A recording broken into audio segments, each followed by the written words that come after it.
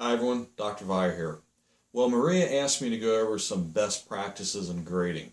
Now, over the years of trial and error, I've learned that the main thing is students want feedback, clear and concise feedback. Now, I'm a strong advocate of practicing what you preach.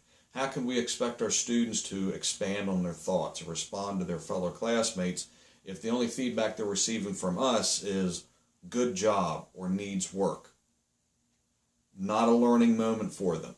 Good starting, but we need to give clear, concise feedback, examples on, I think equally as important, what they did well and what they need to do better on. Ideally in the same feedback. Gives them motivation. But we need to give that type of feedback. They deserve it, and to me, I think we have a fiduciary duty to do that for them. Now, feedback is just one of the many ways to be more effective in your grading. I also strive to get grading done as promptly as possible. Remember when you were students, you wanted to find out how well you were doing because you put all that time into it. Well, they're the same way. Now, another thing I like to do is when I'm doing the written assignments, especially utilizing Crocodoc to provide specific comments about each of their answers. Now, we all know many of the times the students make the same errors. So what I like to do is have a bank of comments, not total feedback, but just comments about frequent errors that the student make.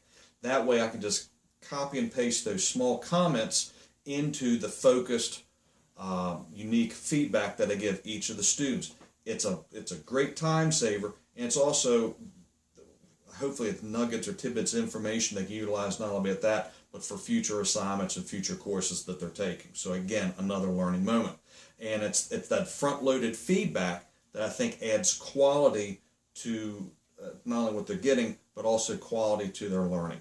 Now, of course, another approach is utilizing the KISS method. A little bit different than what we may be familiar with, but keep it simple for the students. They don't want a lot of drolling on verbiage and all these fancy words. They need clear and concise information of what they can do better. And also, we can also give them outside resources to really help them, bolster that, so make the most of that opportunity. Each week after I grade, I always let the students know, hey, the grading is posted, please go in and check it.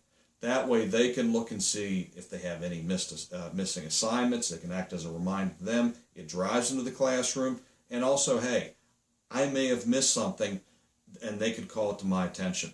So again, it nurtures that team atmosphere.